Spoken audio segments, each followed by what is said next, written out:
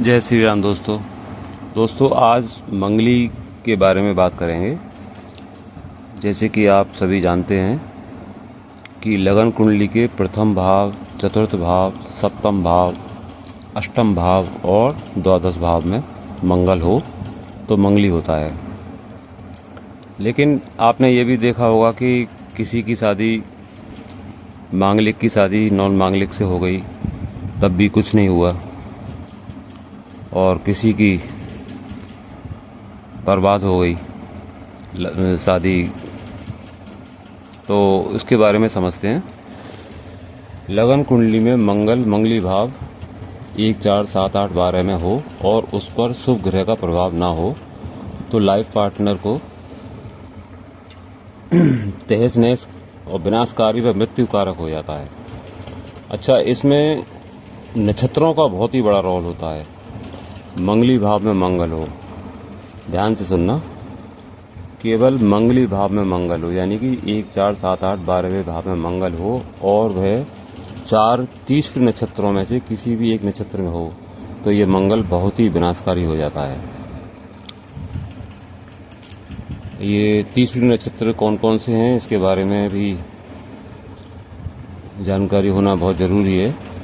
एक पहला नक्षत्र है आद्रा, जो कि मिथुन का मंगल होता है। यानी कि आपकी लगन कुंडली में अगर आप मंगली हैं, बार बार कह रहा हूँ मैं इस बात को ज़रूर समझना। अगर आप मंगली हैं और आपकी मंगल मिथुन में है और 6.40 डिग्री से 20 डिग्री तक का है तो ये तीसरे नक्षत्र में आता है। दूसरा अश्लेषा नक्षत्र कर्क राशि में 16.40 डिग्री से 30 डिग्री तक हो तो ये भी विनाशकारी होता है। तीसरा ज्येष्ठा नक्षत्र वृश्चिक राशि में मंगल 16 डिग्री से 30 डिग्री तक हो। और चौथा है मूल नक्षत्र में धनु का मंगल 0 डिग्री से 13.20 डिग्री तक का हो। अगर आपकी कुंडली में ऐसा है मंगल केवल मंगली भाव में तो लाइफ पार्टनर के लिए विनाशकारी होता है। अगर सप्तमेश या सप्तमेश का कारक शुक्र भी इन्हीं तीसरे नक्षत्रों में से किसी में हो तो वाकई बहुत चिंता का विषय होता है इस विनाशकारी मंगल से।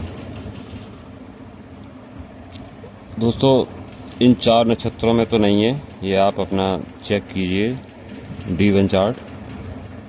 और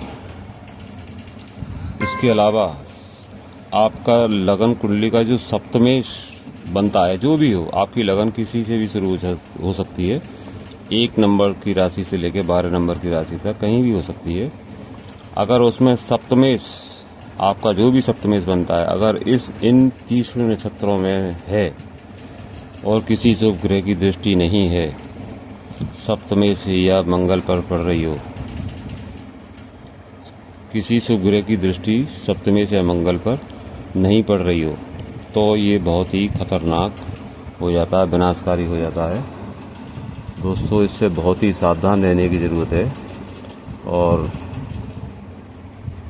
अब प्रकृति का जो भी नियम ऊपर वाले ने बनाए हैं उसी के आधार पर हमको चलना होता है। हम अपने आप को एडजस्ट करके चलना होता है। अगर आपकी कुंडली में ऐसा है तो आप एडजस्ट कीजिए उसको। और आप अगर ये समझते हैं हाँ ये मेरे मंगली भाव की कुंडली में मंगल तीसरेकारी नक्षत्र में है तो आपको स्वीकार करके और उन पर ध्यान देना चाहिए, अपने आप को कंट्रोल करके, अपने आप को संयम करके कि मुझसे कुछ ऐसी भूल या गलतियां ना हो।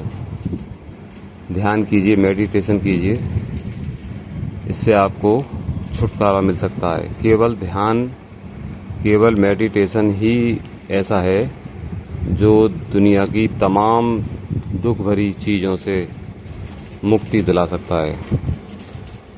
दोस्तों, आपको ये मेरी वीडियो कैसी लगी? अगर आपको अच्छी लगी है तो आप मेरी वीडियो को लाइक करना ना भूलें। अगर आप मेरे चैनल पर नए हैं तो चैनल को सब्सक्राइब भी कर दीजिए ताकि आगे आने वाली ऐसी सभी ज्ञानवर्धक वीडियो आप तक पहुंच सकें। जय श्री राम।